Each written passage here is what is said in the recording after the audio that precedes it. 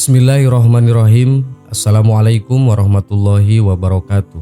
Sahabat yang beriman, tak ada yang paling disayangi Nabi Muhammad selain anaknya Fatimah Az-Zahra. Fatimah binti Muhammad adalah putri bungsu Rasulullah dari istri pertamanya Khadijah. Lahir di Mekah, Arab Saudi 5 tahun sebelum Nabi Muhammad menerima wahyu pertama sebagai penanda kerasulan. Sebagai putri kesayangan Nabi, Fatimah begitu mencintai ayahnya. Sejak kecil, Fatimah berani menghardik dan mengusir orang-orang Quraisy yang mengotori punggung Nabi dengan kotoran unta ketika ia sedang bersujud di depan Ka'bah. Para lelaki itu pun bergegas pergi lantaran malu karena mendapat bentakan dari seorang anak kecil. Fatimah membersihkan punggung ayahnya dari kotoran unta sembari menangis. Setelah beranjak dewasa, Fatimah yang kecantikannya menurun dari kedua orang tuanya menikah dengan sepupu Nabi yaitu Ali bin Abi Thalib. Pernikahan keduanya berlangsung tidak lama setelah Nabi Muhammad hijrah dari Mekah ke Madinah pada tahun 622 Masehi. Dari hasil pernikahan Fatimah dan Ali mendapat 2 anak kembar, Hasan dan Husain, serta 2 orang putri bernama Zainab dan Ummi Kulsum. Saat Nabi Muhammad SAW wafat pada 8 Juni 632 Masehi, Fatimah merasa berduka. 6 bulan setelah Rasulullah meninggal, Fatimah jatuh sakit. Boleh jadi karena kesedihan dan berbagai kejadian yang menimpanya sepeninggalan ayahnya. Dalam satu riwayat, pagi 3 Ramadan tahun 11 Hijriah, Fatimah mandi dan mengenakan pakaian baru. Ia kemudian berbaring di tempat tidur. Kepada Ali, Fatimah hanya mengatakan bahwa saat-saat kematiannya sudah dekat. Ali pun menangis, namun Fatimah menghibur suaminya agar jangan bersedih dan menjaga anak-anak mereka. Fatimah juga berpesan, setelah meninggal nanti ia tidak ingin ada upacara pemakaman. Lantaran waktu sholat tiba, Ali berangkat ke masjid. Saat Ali tidak ada, itulah Fatimah menghembuskan napas terakhir. Kedua putra mereka, Hasan dan Husain, bergegas menyusul Ali ke masjid untuk mengabarkan berita duka itu. Mendengar istrinya tiada, Ali tak sadarkan diri. Setelah siuman, Ali menuruti pesan terakhir istrinya. Ia kemudian menguburkan Fatimah tanpa sepengetahuan sahabat-sahabat Nabi. Tidak ada warga Madinah yang tahu selain Ali dan keluarga terdekat. Ali juga membuat 3 kuburan palsu supaya tidak ada orang yang tahu makam istrinya. Tak banyak riwayat yang menceritakan kepergian Fatimah dari dunia. Karena tidak pastinya hal tersebut, ada beberapa karangan cerita seperti yang pernah viral beberapa waktu saat Buya Syakur menceritakan Fatimah meninggal dunia karena terjepit pintu. Fatimah meninggal pada saat 3 Ramadan tahun 11 Hijriah. Ia meninggal dalam usia 28 tahun. Kisah liang kubur berbicara saat Sayyidah Fatimah akan dimakamkan. Dikisahkan bahwa saat Sayyidah Fatimah Az-Zahra wafat, jenazah putri kesayangan Rasulullah SAW itu diusung oleh 4 orang-orang soleh, yaitu suaminya sendiri Sayyidina Ali, kedua putranya Hasan dan Husain, serta sahabat Abi Dzar Al-Ghifari. Ketika jenazah Sayyidah Fatimah sudah tiba di samping liang kubur dan siap dikebumikan, Abi Dzar Al-Ghifari langsung berkata kepada liang kubur yang akan menjadi tempat peristirahatan terakhir Sayyidah Fatimah, "Wahai kubur, apakah kamu tahu jenazah siapa yang kami bawakan kepadamu?" ucap Abu Dzar Al-Ghifari. Tanpa panjang lebar, Abu Dzar Al-Ghifari pun melanjutkan perucapannya. "Ini adalah jenazah Sayyidah Fatimah, putri Rasulullah, istrinya Sayyidina Ali, dan ibunda Hasan dan Husain," tegas Abu Dzar. Tidak lama kemudian orang-orang mengantar ke jenazah Sayyidah Fatimah langsung mendengar suara dari alam kubur. "Aku bukanlah tempat bagi keturunan orang terhormat, bukan pula tempat bagi keturunan orang kaya. Aku adalah tempat amal soleh, maka tidak akan selamat dariku kecuali orang yang banyak berbuat kebaikan, orang yang hatinya bersih dan orang yang ikhlas dalam beramal." Kisah ini dikutip dari Duratun Nasihin fil Waji wal Irsadi karya Syekh Utsman bin Hasan Al-Khubawi. Hikmah yang bisa dipetik adalah bahwa yang akan menyelamatkan kita di alam kubur dan di akhirat kelak bukanlah karena faktor keturunan, melainkan karena amal soleh. Jangankan kita manusia biasa, Sayyidah Fatimah binti Rasulullah pun ketika akan memasuki alam kubur tetap harus melewati prosedur yang telah ditetapkan. Cerita tersebut kian menegaskan firman Allah bahwa sesungguhnya yang paling mulia di sisi Allah adalah mereka yang paling bertakwa. Quran Surat Al-Hujurat ayat 13. Artinya, standar kemuliaan ditentukan oleh kualitas pribadi dalam hal ketakwaan, bukan oleh nasab atau keturunan.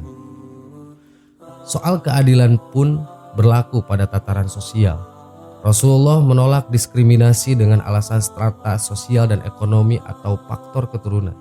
Tak heran, saat Rasulullah mendapati para sahabatnya canggung menghukum seorang pencuri dari Bani Makhzum lantaran kebangsawanannya, beliau berdiri dan berpidato di depan khalayak.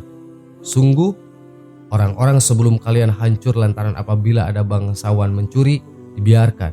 Sementara apabila ada kaum lemah mencuri, dihukum. Demi Allah, seandainya Fatimah putri Muhammad mencuri, pasti aku potong tangannya. Demikian diriwayatkan Imam Muslim.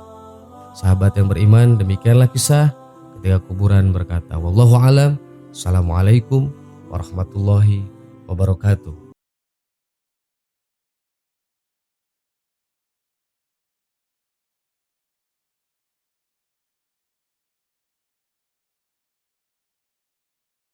Bismillahirrahmanirrahim. Assalamualaikum warahmatullahi wabarakatuh. Sahabat yang beriman, salah satu ada kebiasaan yang berkembang di masyarakat kita dalam menyiram kuburan dengan air. Biasanya hal tersebut dilakukan pada saat prosesi pemakaman telah selesai. Namun ada juga sebagian orang yang menyiram kuburan dengan air pada saat berziarah di hari raya. Bahkan ada yang melakukannya setiap kali berziarah pada hari-hari tertentu. Lantas, bagaimana hukumnya menyiram kuburan dengan air? Apa sebetulnya hikmah yang terkandung di dalamnya? Berikut penjelasannya. Banyak sekali tradisi yang berhubungan dengan ziarah kubur, mulai dari membaca Al-Quran, baca tahlil, membaca yasin, hingga menyirami pusara kuburan dengan air yang bersih lagi suci. Ini semua merupakan sebuah tradisi baik yang ada di dalam ajaran Islam, sehingga menjadi baik bagi kita untuk mengamalkannya. Menyiram kuburan dengan air biasa dilakukan orang para pelayat saat setelah menguburkan jenazah. Tak jarang terkadang air yang digunakan dicampur dengan berbagai bunga sehingga beraroma wangi. Menyiram air di kuburan juga sering dilakukan saat seseorang berziarah di waktu-waktu tertentu. Kebiasaan ini bukan tanpa landasan, karena hukum melakukan hal ini adalah sunnah. Karena Rasulullah SAW pernah melakukannya pada saat putranya yang bernama Ibrahim meninggal dunia. Hal ini sebagaimana keterangan yang disampaikan oleh Syekh Khatib Al-Syarbini dalam kitab Mughni Al-Muhtaz. Disunahkan menyiram kuburan dengan air, karena Rasul sendiri pun melakukannya kepada kuburan putranya Ibrahim. Selain itu, tindakan ini merupakan pengharapan agar kondisi mayit tetap dingin dan mendapatkan limpahan rahmat, serta untuk menjaga tanah agar tidak bertaburan. Kitab Mughni Al-Muhtaz Juz 2. Anjuran menyiram kuburan dengan air saat setelah mengubur selesai atau saat melakukan ziarah juga dijelaskan oleh Imam Nawawi dalam kitab Nihayatuz Zain. Disunahkan untuk menyiram kuburan dengan air yang dingin. Perbuatan ini dilakukan sebagai pengharapan dengan dinginnya tempat kembali atau kuburan, dan juga tidak apa-apa menyiram kuburan dengan air mawar meskipun sedikit, karena malaikat senang pada aroma yang harum. Kitab Nihayatuz Zain. Dari kedua penjelasan ini, dapat ditarik kesimpulan bahwa hikmah dari menyiramkan air ke kuburan sesaat setelah penguburan berlangsung atau saat melakukan ziarah kubur adalah menjadi harapan bahwa kondisi mayit tetap dingin dan mendapat limpahan rahmat dari Allah berkat air suci yang disiramkan. Adapun penyiraman air yang dilakukan Nabi terhadap kuburan putranya termaktub dalam sebuah hadis dari Ja'far bin Muhammad radhiyallahu an dari ayahnya. Beliau berkata bahwasannya Nabi SAW menaburi mayit dengan debu sebanyak 3 kali, dan beliau menyirami kuburan anaknya Ibrahim dengan air serta memasangi batu di atasnya. Hadis riwayat Baihaqi. Selain itu, Bilal bin Rabah yang merupakan salah seorang sahabat terdekat Nabi juga melakukan hal yang sama terhadap kuburan Nabi sebagaimana termaktub dalam sebuah hadis. Dari sahabat Jabir radhiyallahu an, beliau berkata, kuburan Nabi Muhammad SAW disiram dengan air yang mulia dari arah kepala sampai kedua kaki Nabi, dan orang yang melakukannya adalah Bilal bin Rabah. Hadis riwayat Baihaqi. Selain itu, tradisi lain yang berkembang adalah meletakkan karangan bunga ataupun bunga telase yang biasanya dilakukan di atas pusara ketika seseorang melakukan ziarah atau sesaat setelah penguburan selesai. Kegiatan ini sebetulnya dilakukan dalam rangka i'tiba atau mengikuti sunnah Rasulullah. Sebagaimana diterangkan dalam hadis dari Ibnu Umar, ia berkata, suatu ketika Nabi melewati sebuah kebun di Mekah dan Madinah. Lalu Nabi mendengar suara dua orang yang sedang disiksa di dalam kuburnya.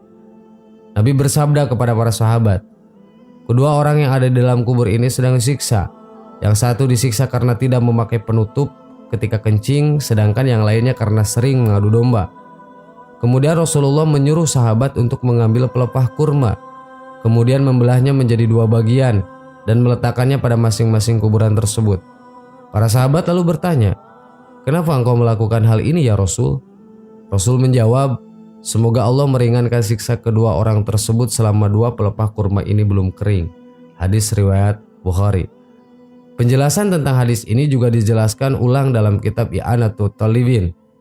Disunahkan meletakkan pelepah kurma yang masih hijau di atas kuburan karena hal ini adalah sunnah Nabi Muhammad SAW. Hal ini dapat meringankan beban si mayat karena barokahnya bacaan tasbih dan bunga yang ditaburkan. Hal ini disamakan dengan sebagaimana adat kebiasaan kita, yaitu menaburi bunga yang harum, basah, atau yang masih segar. Sahabat yang beriman, demikianlah penjelasan mengenai apa sebetulnya hukum dari menyiram air di kuburan sesaat setelah penguburan selesai atau saat melakukan ziarah dan apa hikmah di balik itu. Ternyata hukum melakukan hal ini adalah sunnah. Adapun hikmah dari amaliyah ini adalah menjadi harapan bahwa kondisi mayat tetap dingin dan mendapat limpahan rahmat Allah berkat air suci yang disiramkan. Wallahu a'lam. Wassalamualaikum warahmatullahi wabarakatuh.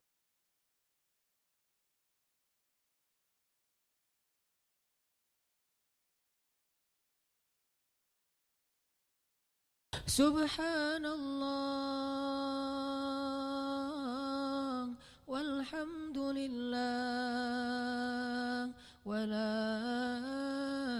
ilaha illallah wallahu akbar. Subhanallah